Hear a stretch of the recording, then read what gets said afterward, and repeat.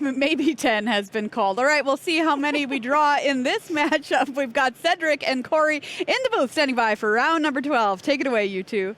We're here. We're clear. Here. More modern. Yes, sir. Cedric Phillips, Corey Baumeister. More modern indeed. Now, Corey. Yes. Yesterday, I don't know if you knew this, there's some Nadu card. Never heard of it. Some weird bird doing some pretty unbelievable things in the feature match area. So I imagine we will get more of that over the course of the weekend, but not right now. Not right now. We got some spice to see first here, Cedric. I'm really excited for this match. Me too. Now, anytime we get to see a little bit of spice, that's everything nice. Now, I know we've got some Mardu energy, we've got a little bit of mono black necro dominance, but more importantly, we got Ken Yukuhiro, who always brings something awesome to events like this. Absolutely. I'm loving the hair as well. Go Ken. That looks nice. Okay. Nice little change up. Maybe a third member of the Fro Bros, perhaps? There we go. Let's get him in here. Yeah, Ken may be a little bit interested in that. So on one side of things, it's Mardu energy. On the other side, it is mono black necro dominance. Corey, what's your breakdown of how this matchup's going to go? Because I was told that you've tested this one a lot. Oh, tested it nonstop. You know, really have played about 100 matches in this exact matchup as it was the most expected. Okay, not at all. But the one thing that I would think here is going to be quite difficult here from Noah Ma is, well, all the other matchups where we've seen Necro Dominance kind of be on display is the matchups were not necessarily pressuring the life total. So when your life total gets pressured, your restrictions on the powerful enchantment go down a ton. So it's going to be a very interesting matchup to see with that regard. It's a Thoughtseize here from Ken. Getting a good look at Noah's hand. Malakir Rebirth, Shieldred, Soul Spike among the options. And Shieldred is going to bite the dust. So Ken will know exactly what Noah is working with, everything except for the top of the deck, of course. So good to know exactly here that Noah does not have namesake card there in Necro Dominance. Yep, exactly. But, you know, you can't Thoughtseize the top of the deck, and you can manipulate the top of the deck thanks to these Surveil lands. So we'll see if we can find the powerful card. But otherwise, you know, the hand is not great. A bunch of lands, Soul Spike, which you don't necessarily want to cast right away, as you'd be 3-for-1ing yourself just to deal with one of Ken's creatures. So definitely needs a little bit of help here from Noah Ma's hand to get going. This is interesting about the interesting thing, about these Necro Dominance decks, which is, in a general sense, the deck is powerful, right? Yeah. But it's at its most powerful when it has Necro Dominance. I think it's not the best of decks when it doesn't have it, so it puts a huge onus on trying to find ways to find it, because once it's in the battlefield, of course you have Soul Spikes, and you've got, you know, the Marches and Shieldred and all the interactions, and there's a Sorin, of course, that's off the top of the deck, but it is missing its namesake card, and it's one of the decks that it doesn't have a ton of ways to find it, but when it does have it, the deck goes from like 60 to 1,000. Yeah, exactly. I really think it has kind of two modes here, where its plan A is just casting the powerful enchantment that you're talking about, Necro Dominance, and it's kind of plan B, which feels just wrong to say, is kind of the Grief Evoke strategy to be able to get a bunch of cards from your opponent's hand. It's weird when that kind of powerful combination takes a back seat as not the #1 thing you want to be doing. Yeah, because we're so used to seeing it be the best thing that you could be doing, one could argue, in Modern. And now it's not the case anymore. One thing I do love about this version that we see from Noah Ma, who is, you know, dominating this tournament in the #1 seed, is being able to flip Sorin really quickly thanks to Soul Spike here. Well, Sorin's going to come across here for one, and you did mention that interaction, which is a very good one. And when Sorin is transformed, it is quite the doozy. We'll see if that does happen here over the course of this game. As you mentioned, Noah Ma is 10-1. Ken slightly behind him in the standings, 9-2 here in Amsterdam. But both players very much in top 8 contention.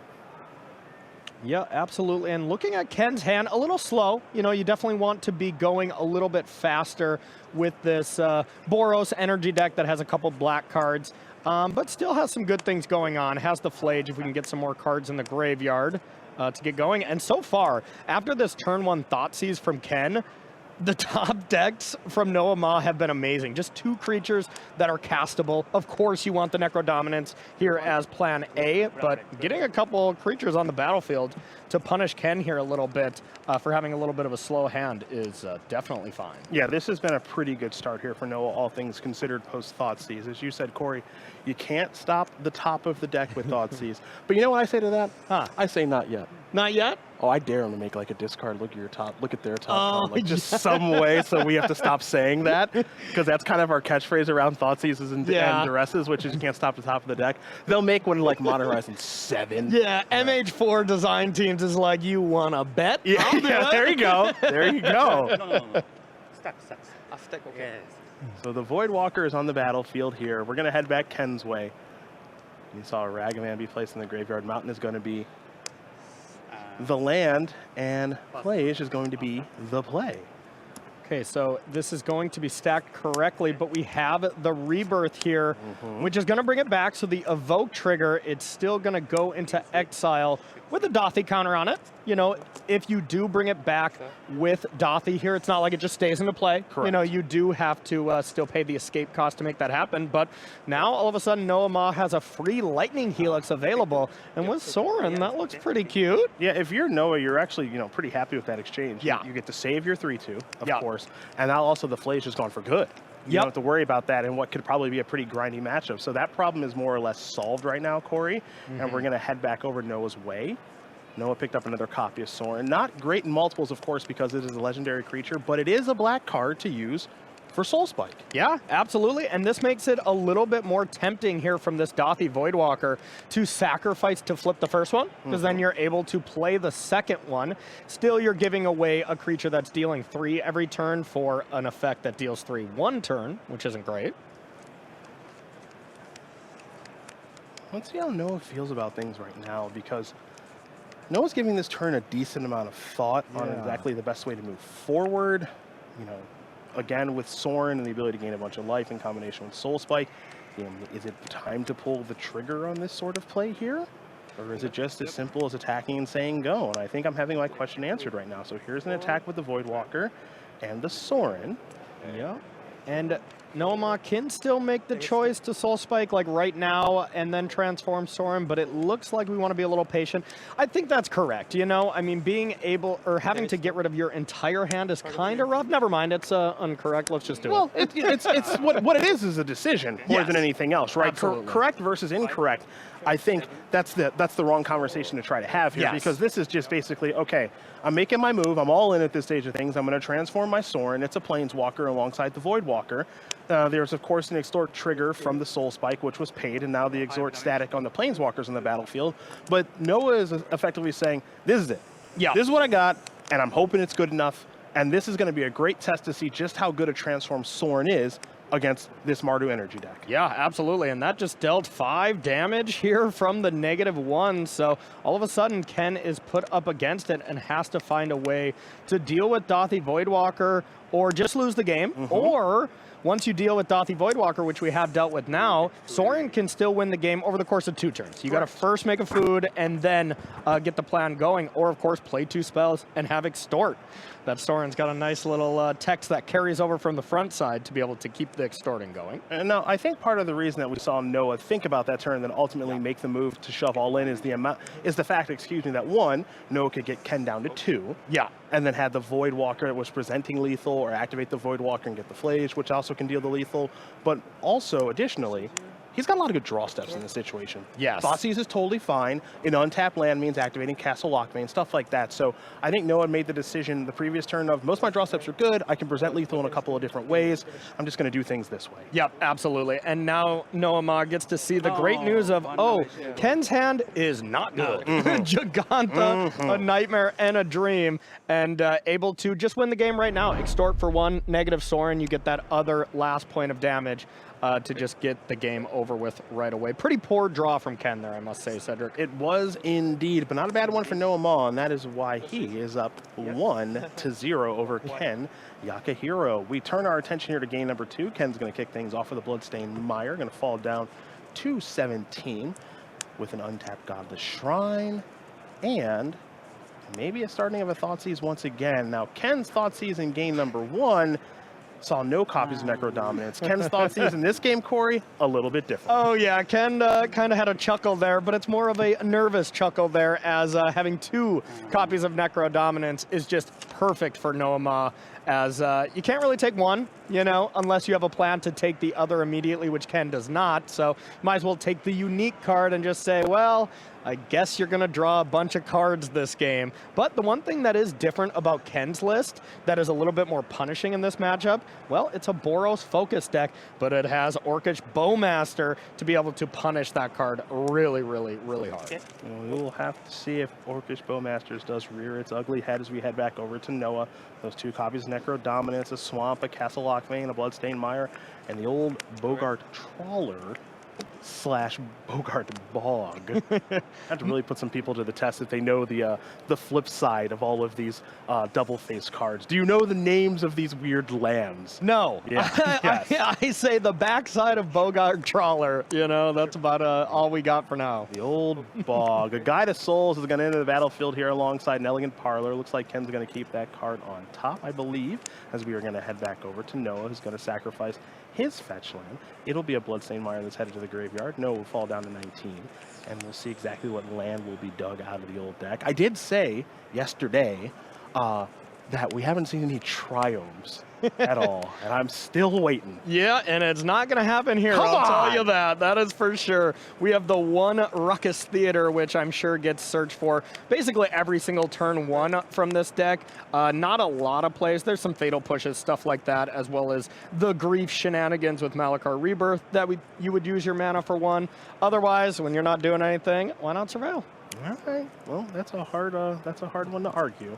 These Surveil lands are very, very, very powerful here in Modern, and you see one on each side of the battlefield. Red, white, of course, is the Elegant Parlor, the Raucous Theater, over there. So, the shuffle and presentation here from Noah, and we'll have that trigger here in just a second. But Noah has what Noah needs right now, and those copies of Necro Dominance in hand. Doesn't mean the hand can't improve, and the card is going to stay on top and be drawn here for Noah, so I'm very curious as to what it is. Probably something that you can cast on this turn, either Fatal Push, Thoughtseize, something like that, and Fatal Push is excellent, being able to kill a creature in response to this Amped Raptor, for instance, makes it so this Amped Raptor has a fail rate, as you can eliminate the energy here, and if you see a 3-drop, you're just not putting it into play.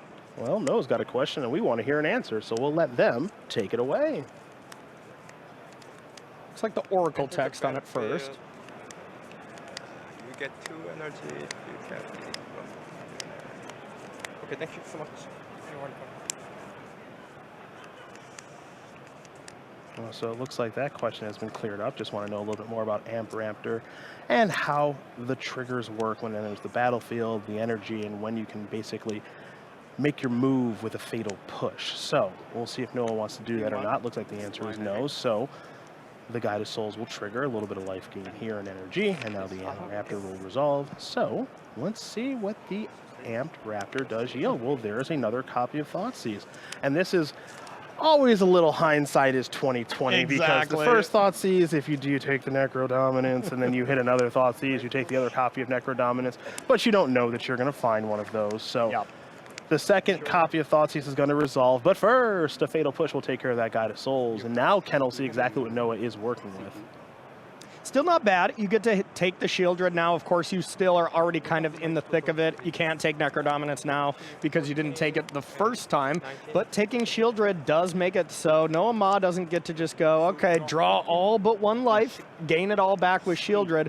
You actually have to have a very, concrete plan of how many cards you want to draw, how much life you want to lose, as there's some pressure. 2-1 First Striker, not anything too crazy in Modern, but when mixed with taking 6-7 damage on your own end step, can definitely add up. These players confirming life totals here very quickly, so they'll make sure they have everything appropriate as they kind of rewind things a little bit, which was fetch, search, so that's going to be 1, 2, 3, 4, 5 from Thoughtseize, and then 6, 7 here from a second Thoughtseize at the very least. So it's at least min 13 and then we'll see how much further we have to go. 14, 14. Yes. 1914. Yes. All right, so it's going to be 1914 because don't forget as well the Guided Souls trigger from the Amp Raptor means it was 13 up to 14. So everything is hunky-dory, and now Thoughtseize is going to take care of that Shieldred. It was interesting how Noah Ma decided to Fatal Push the Raptor after the Cascade. You know, maybe there was some card he was trying to play around, be like, if that creature came into play, I need to Fatal Push that. But instead, got the little extra value, little extra life. Not that it's super relevant. Grief. Ooh. Is going to be played off the top here. Going to throw that Bogart Trawler into the garbage can to take a look here and see a Static Prison and a Johnny and a Marsh Flats. If Marsh Flats. I think I love taking the Ajani here. Take the pressure when you have the second Necro Dominance. You're pretty okay with Static Prison locking down your first one. Of course, you got to use all your mana to cast the second one, but then you look over on Ken's side and I don't know about you, Cedric, but I don't see the pressure. I wouldn't be too scared if I were Noah. Now, when we saw Necro Dominance a little bit earlier in the weekend, Corey, it was in the hands of Reed Duke. And we saw Reed cast Necro Dominance in game number 1 and game number 3. The number that he chose was 12 of cards to draw. Looks like Noah's going to be a little bit more conservative than that. Pick up a couple of cards here. And again, his maximum hand size will be 5, so he may have to discard 1 potentially. But do remember that there are no draw steps coming here for Noah. Gonna have to skip those at least in the short term.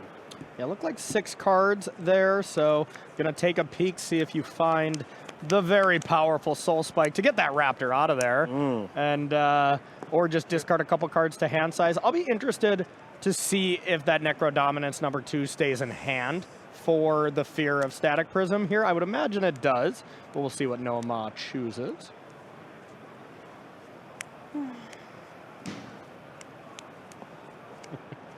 That's an important note. Skip. We'll see exactly what Noah is and is not allowed to do as far as reminding himself that he's not allowed to draw a card. Reed was putting a die on top of his deck, which is something we've seen Reed do for years. Yep. I'm sure there's some rule that you can't have words on top. Dices are allowed.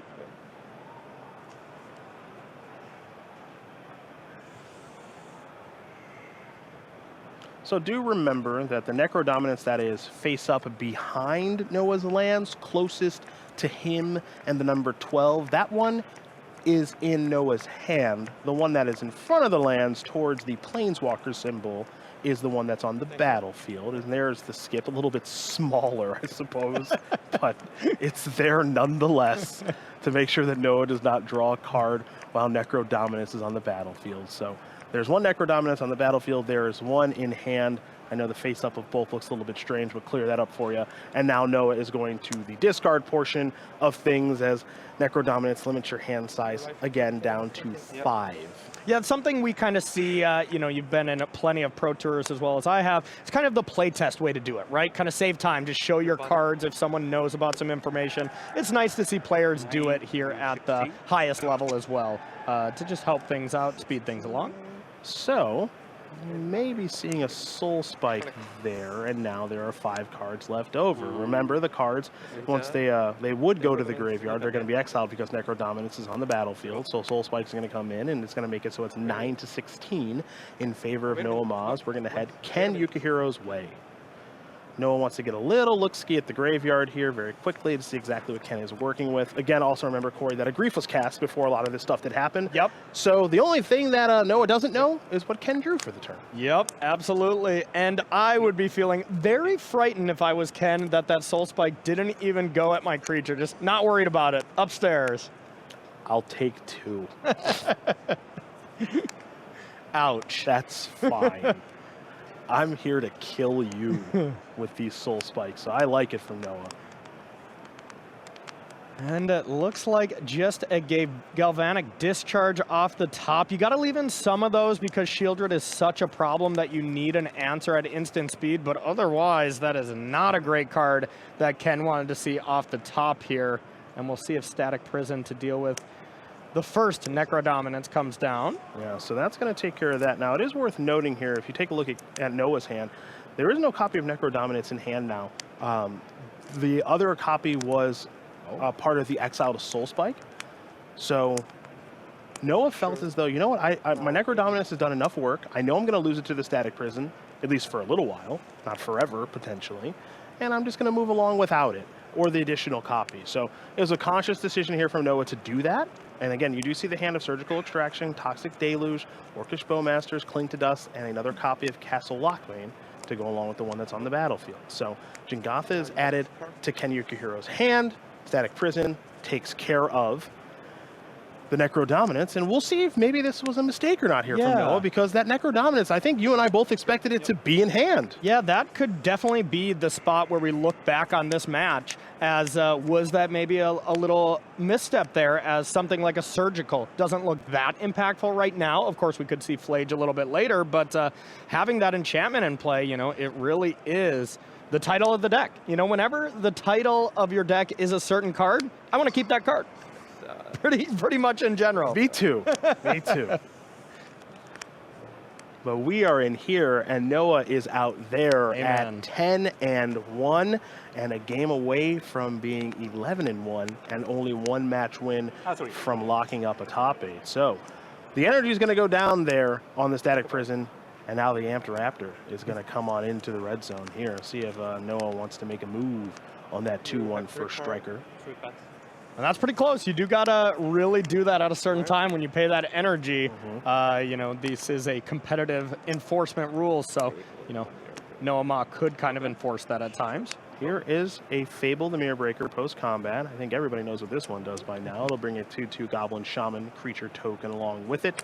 And Chapter 2 will be read here in just a moment. In the meantime, Noah is tapping mana. I'm going to play another Castle Lockbane. And now it's time for a Deluge, Corey. Okay, get those creatures out of there. There goes the pressure. But of course, we still have a Gigantha hanging around to be able to get some more damage in here. You have that Galvanic Discharge plus the land draw that you can make that choice of if you want to get rid of it in hopes to, well, you either draw a 5th land and you can play Gigantha, or you draw 2 spells and you're not too unhappy about it. These decisions, I think, are always very interesting, how much you value Gigantha just being on the battlefield, or if you want to take a little bit of the risk. Well, Gigantha's headed to the graveyard, so alongside Nerid Mesa, 2 cards coming here for Ken. Noah looks like a Flage among them. Noah did have the option to play that Bowmaster proactively to kind of negate the Fable's activation as well, but chose not to do so. So there is the Flage, and that's going to reverse these life totals a little bit. It's going to be Ken that's 11 to Noah at 7. You have 2 cards? 2 cards, yeah. And maybe it's time for a Bowmasters now, perhaps. So Noah picking his spots here with the Bowmasters. That's going to bring Ken down to 10. And there is the army.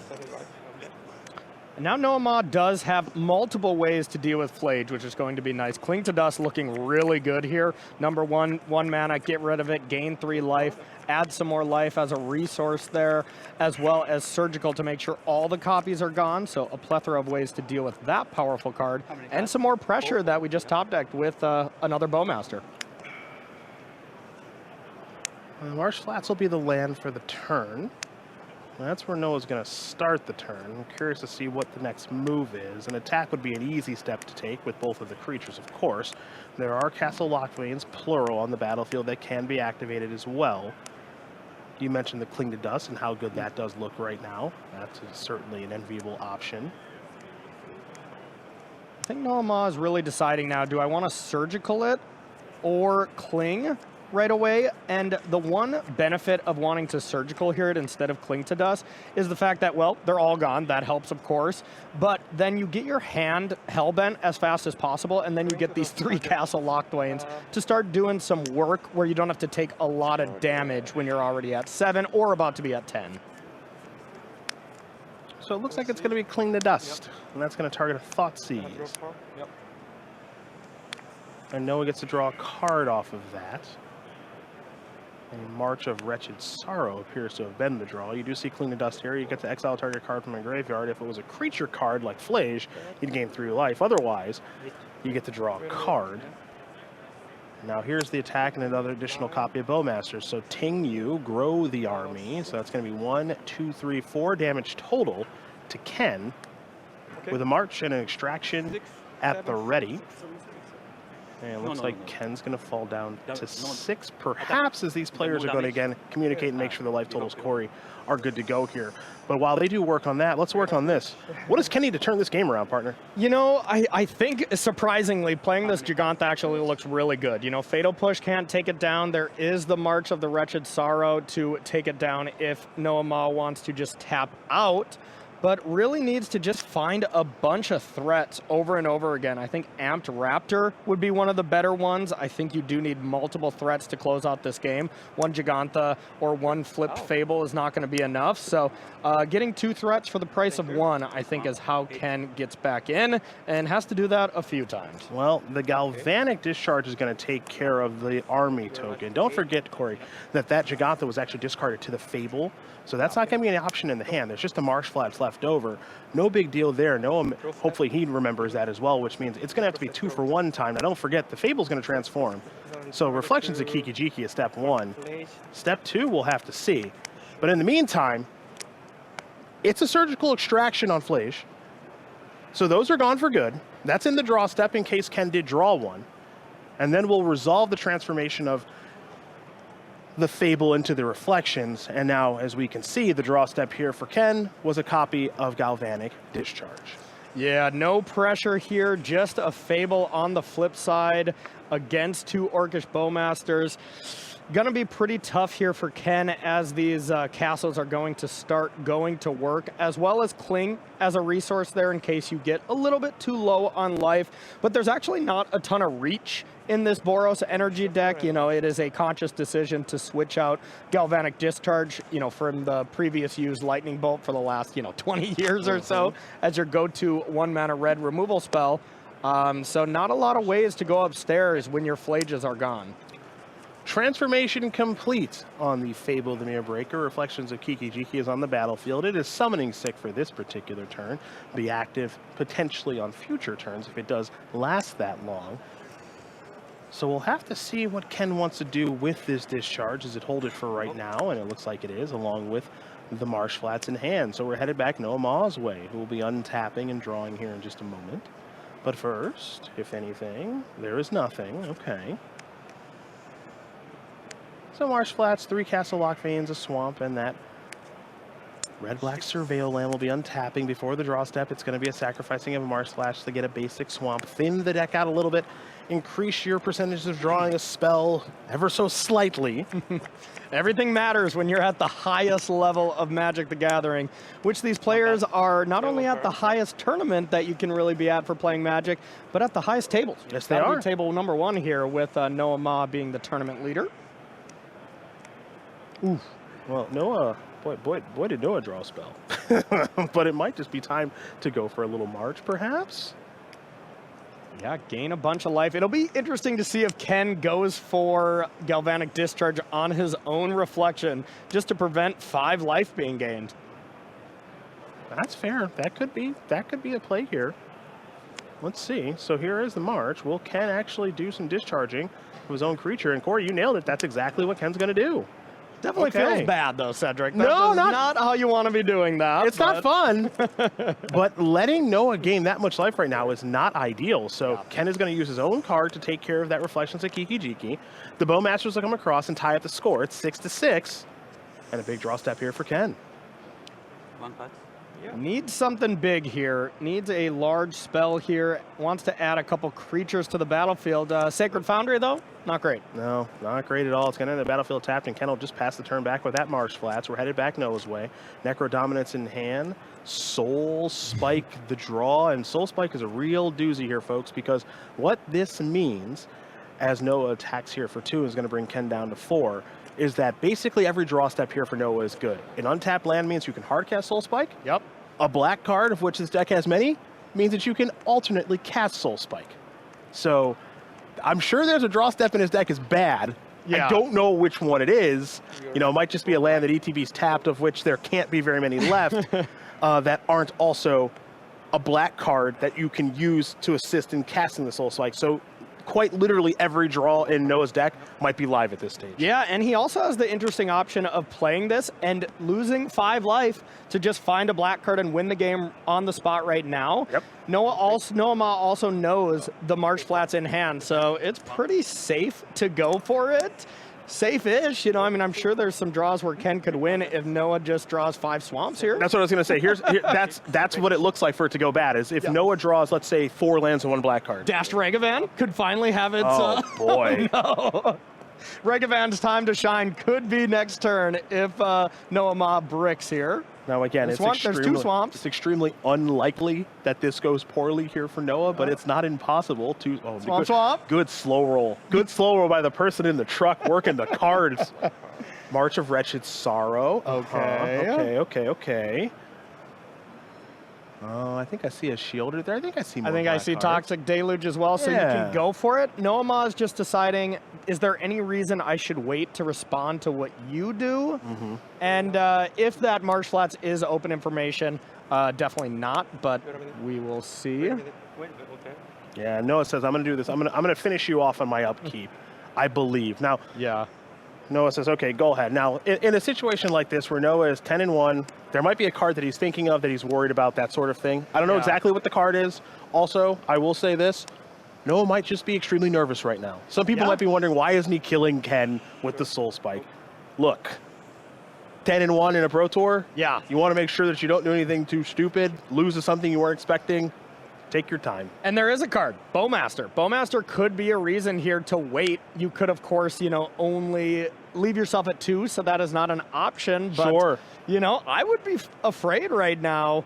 The one thing that Noah Ma can do here is go for the Soul Spike, and then if there was a Bowmaster, you have that Cling in the graveyard to gain some life by exiling a creature, so it should be all wrapped up right now if Noah Ma sees the line. But you're totally right, Cedric. I mean, pressure comes in. Like, you see the finish line at 10-1. Mm-hmm. You know, I mean...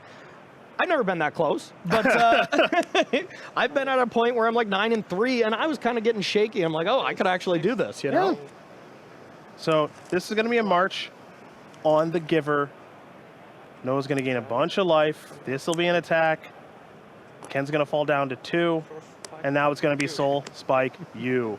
Noah going to win this game and match here over Ken Yukuhiro 2-0.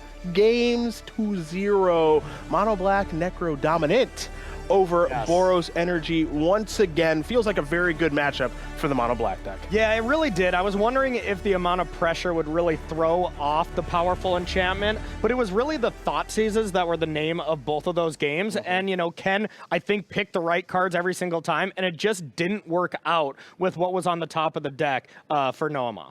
So we have to take a short break, but here's the good news. We got more Magic coming to you. Brian Boss, Shuhei Nakamura, they're on deck right after this.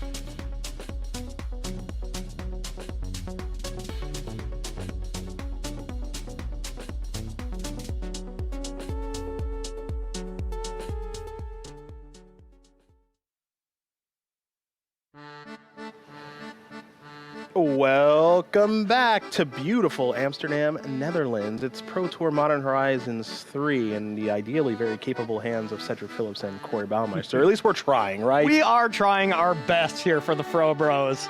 Now, Emrakul, I hope we're doing her proud. There's a big alien in the building. Multiple different versions actually being played in the modern portion of this event.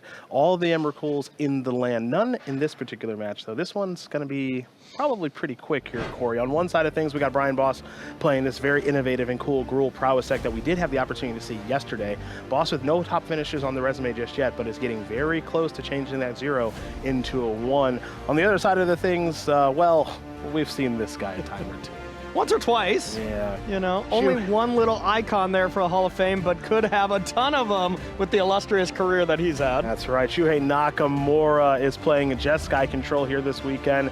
6 top finishes on the resume, and the finish that I think every Magic player who plays on this level would love to have, which is a Hall of Fame resume. Shuhei 8-1-2 coming into the round, and currently up a game here against Brian, yielding Jeskai Control and Corey, what we believe to be is a very good matchup. I see it. It's a triumph. We've done it. Oh, no. Jeskai triumph from Shuhei. Let's go! Got it. Let's go! They're back! And another thing that we were kind of seeing here on our break as we looked over these decks, a train wreck matchup here for Brian Boss. I can't imagine anything that could get too much worse than this version that Shuhei has brought for aggressive decks. Yeah, so Shuhei playing Jeskai Control here this weekend, and this deck is somewhat popular this weekend. It's not as popular as Nadu, of course, but it is a deck that these Jeskai Control players in Nadu believe that they have a good matchup against. Now, what's the name of the game here for Jeskai? Interact, interact, interact. You'll win eventually, Corey. It's not really about trying to win too quickly. It's about stopping the opponent from doing what they're doing, and Shuhei does a great job of that in this matchup against Brian. Definitely, and Brian's deck, we saw this on camera a little bit earlier, and only for a little bit, just because it only took 4 total turns to win the match here from Brian, and that's because this deck, this version of Gruul Prowess is all in as it can get. You're trying to get one creature supercharged, give it double strike, and win the game. One card that Brian was really not hoping to see, and there's not a lot of them in the tournament, is Solitude. That whole plan goes straight into the trash when your opponent has free spells that you don't know about. Slick Shot Show Off has been played here on turn number 2 alongside a Dragon Rage Channeler. It's funny, Brian coming to this event, you know, we're seeing him play some cards that a lot of people didn't register here this weekend. And I like the idea of, look, I am going to try to kill people very quickly because there's not a lot of removal expected to be played here this weekend. What with Nadu being a very popular deck in Ruby Storm. The one-for-one that we've seen over the course of Modern for the past handful of years with things like Fatal Push and the aforementioned Solitude, that's not really what this tournament is about. And if that's not what people are doing, this is a great place to be, Corey, with what Brian is up to. And it's worked out pretty well for him so far, checking in at 9-2. Yeah, 9-2, just an incredible record. We saw 1 loss here in Limited to start the day up against our tournament leader, Jacob, but then managed to 2-1 the draft and pick up some wins off camera. So nice work for Brian Boss. An Assault Strobe and the Trigger with DRC. That card's going to stay on top. And that was a healthy amount of damage here because the DRCs are 3/3s. You've got Delirium over there. To the best of my knowledge, there's an artifact there in Mishra's Bauble, a fetch land. That'll be your land. You got that Slick Shot Show Off. That's a creature. And the Assault Strobe is a sorcery. Yeah, and one thing I did see from Shuhei's hand is a land and a Wrath of the Skies here with an extra piece of energy laying around. So these Dragon Rage Channelers, not long for this world. And we'll see how much reach Brian has to get over the finish line. I didn't see any other creatures in hand, so going to need to be tapping the top of the deck, trying to find lightning bolts, which Brian did do a little bit of yesterday in the exciting match that we were covering. We did have the opportunity to see that timely lightning bolt off of that Mishra's Bauble trigger yesterday. Brian's going to need a little bit of fortune like that in order to come back in this particular game, it appears, because these DRCs might be butting the dust here in just a moment, and they are. So there is Wrath of the Skies. That's the reason that folks are playing Jeskai Control here this weekend, Corey. It's all about apparently the energy mechanic. But we gotta love that Shuhei is, of course, with the times here playing these powerful surveil lands, but also bringing it back to his day of dominance where not only are we seeing a Triumph, a little bit of an older land, but Mystic Gates filter lands? I mean, come on. Yes. Shuhei's probably played with those lands once or twice in his GP days. That's true. Here's a Drannith Magistrate. That is going to join the battlefield now as well,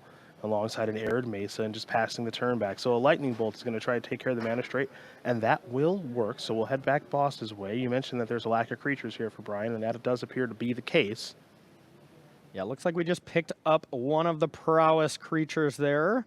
Soulscar Mage to be able to do something, but has to wait a turn for that. And I see probably Brian Boss's worst nightmare here, Flage in hand for Shuhei. And I have a feeling Shuhei's main plan is going to be centered around that very powerful Titan. And with good reason. It's a very good card in this matchup. Assuming you can keep things kind of stable, which Shuhei's done a really nice job of, he'll fetch up a Sacred Foundry. There are no more Surveil lands or Triumphs to get here for the Magic Hall of Famer. So Shuhei will untap and go to, it looks like, is either his 5th or 6th turn here, checking in at a pretty healthy 9 life. Yeah, absolutely. And it's just nice to see Shuhei playing Magic again. We haven't seen a ton of him around the scene here as of late, but plays extremely fast, knows what he's doing, and always a really nice opponent to sit across from. Oh, I've had the great pleasure of losing to him many times. That makes 2 of us, and he's one of the best to ever do it. And he's going to play another copy of Wrath of the Skies to take care of that Soulscar Mage.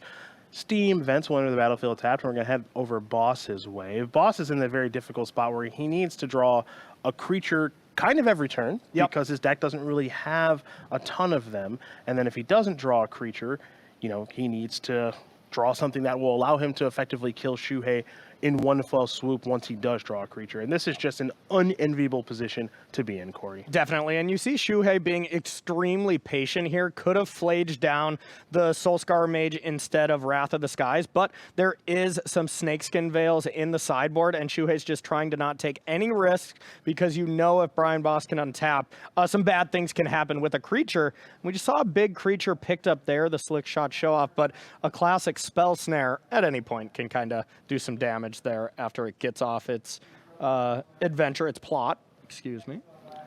This will be a Memory Deluge here from Shuhei. That one may look a little bit strange to viewers at home because these blue decks do have different options to play for their kind of 4 mana, I want to draw cards and get deeper into my deck spell. A lot of players are playing, of course, the One Ring in that spot. Shuhei Nakamura, surprisingly, is not. Yeah, you know, you always go and see these kind of control decks, and they really go by 2 templates. You either have the tap-out control that plays these gigantic things and big spells that are impactful pretty much at all stages of the game, like the One Ring, or you just have your draw-go style cards that, you know, really benefit playing cards like Memory Deluge because, well, it pressures your opponent to be able to play things. Otherwise, they're just going to draw 2 cards at end step every single turn. So it really changes the dynamic of the game and forces you to do some things. Well, Flage is going to go just doming Brian before passing the turn back, and Brian isn't confident enough to take that show off of plot just yet. So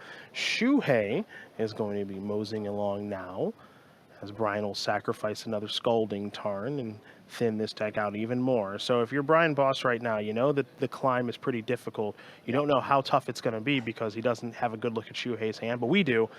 There's a Spell Snare, there's a counter spell among the cards in the Hall of Famer's hand, and it's not a matter, I think, partner, of if. I think it's a matter of when Brian taps out on this game because he's got quite the road to hoe. Yeah, and I respect what Brian Boss is trying to do here, trying to find one of the 4 Snakeskin Veils / Blossoming Defense effects to try to play around, well, you know, the damage and the removal-based stuff.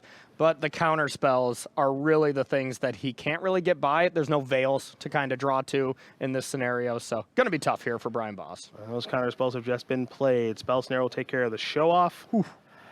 Counterspell will take care of the Swift Spear, and Flage alongside Arena of Glory is going to take care of this game and match for Shuhei Nakamura. Who's going to win this one 2-0 over Brian Boss. Magic can be about player to player, or it can be deck to deck, and unfortunately there for Boss, I think he's beaten both areas. Yeah, and there can be close games, and then there can be that. the not so close games. Really rough when you just run into your really one bad matchup. Kind of every deck usually has one really bad matchup, and that was the one for Brian Boss, that's for sure. To say the least. That's just not a deck that Brian wants to play against in an event like this. He's going to fall down to 9-3, and Shuhei Nakamura one step closer to maybe another top 8 on the old resume. We are going to take a short break here from Amsterdam. We'll be joining Maria and company in the news desk, and then, of course, it'll be Monty and Riley with more Modern here from Amsterdam. Don't go anywhere.